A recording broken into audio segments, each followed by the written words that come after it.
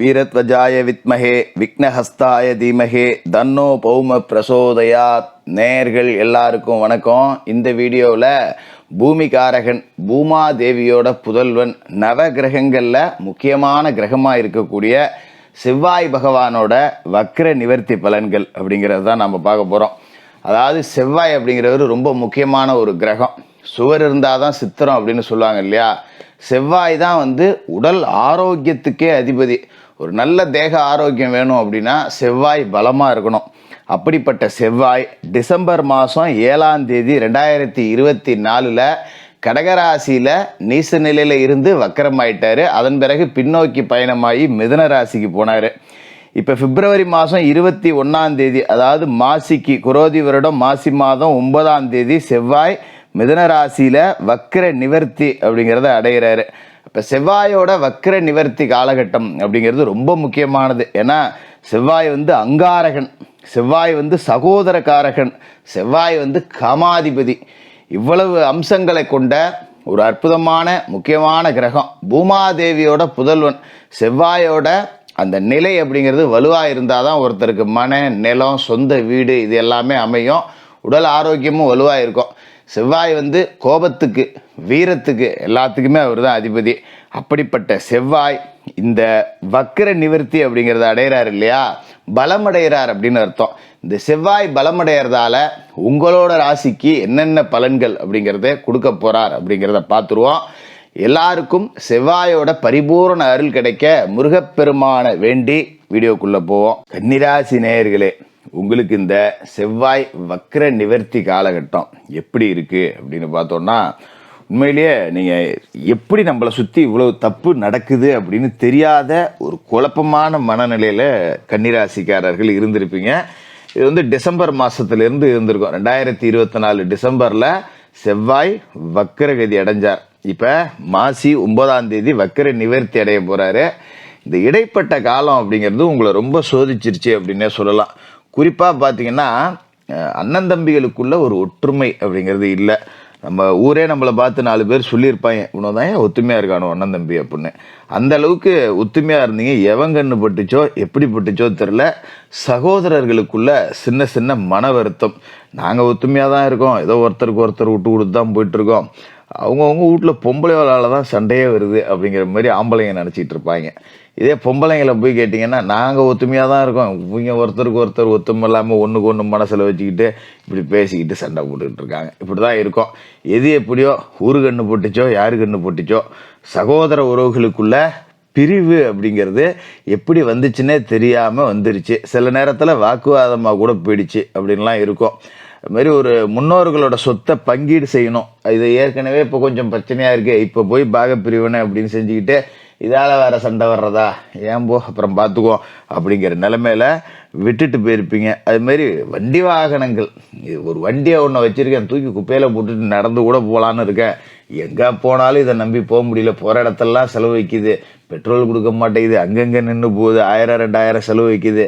ஒரு கார் ஒன்று வச்சுருக்கேன், பேசாமல் வாடகை கார்லேயே போகலாம் போல், எங்கேயாவது போனோம்னா 5000 10000 செலவு வச்சிருது.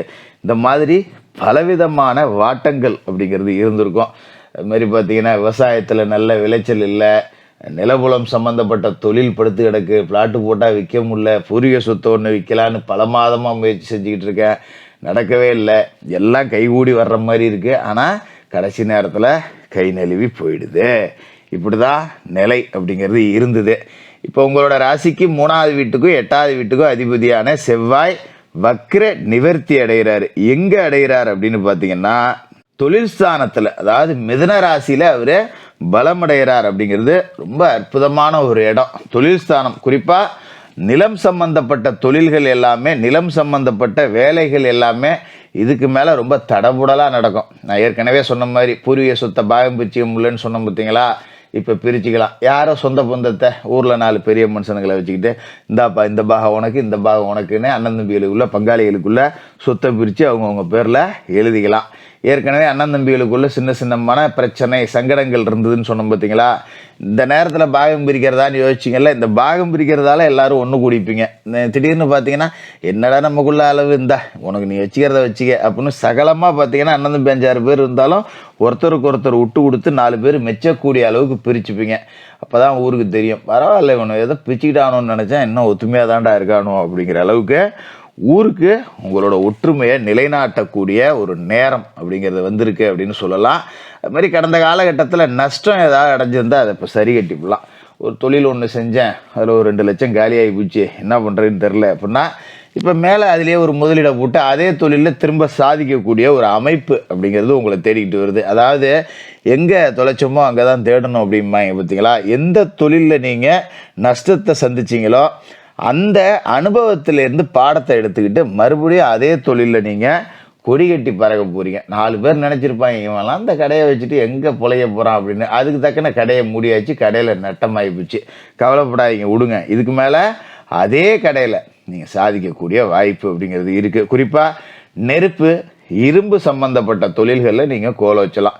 ஏன்னா செவ்வாய் ஒரு நெருப்பு கிரகம். இப்போ தொழில்ஸ்தானத்தில் உங்களுக்கு வலுவாக அவர் முன்னேறார். அப்படிங்கும்போது நெருப்பு சார்ந்த தொழில்கள் அப்படிங்கிறது நீங்கள் செய்யலாம்.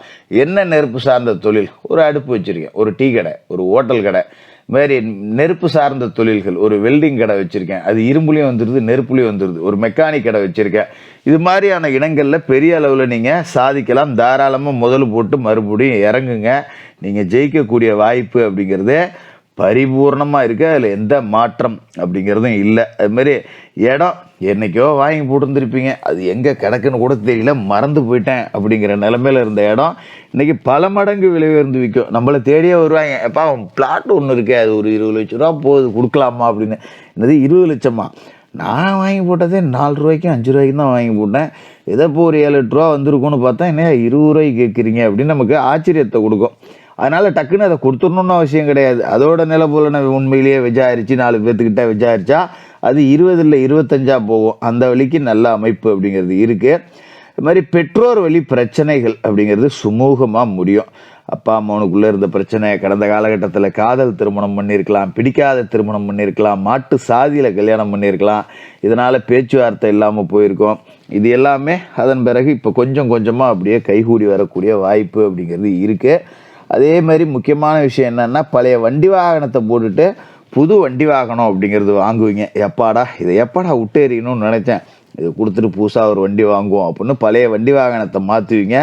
அதுமாரி பெரிய பெரிய இடங்கள்லேருந்தெல்லாம் உங்களுக்கு அழைப்புகள் வரும் வேலைக்கு.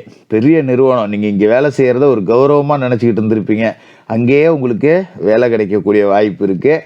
வழக்குகள், பஞ்சாயத்துகள் எல்லாமே உங்களுக்கு சாதகமாக முடியும்.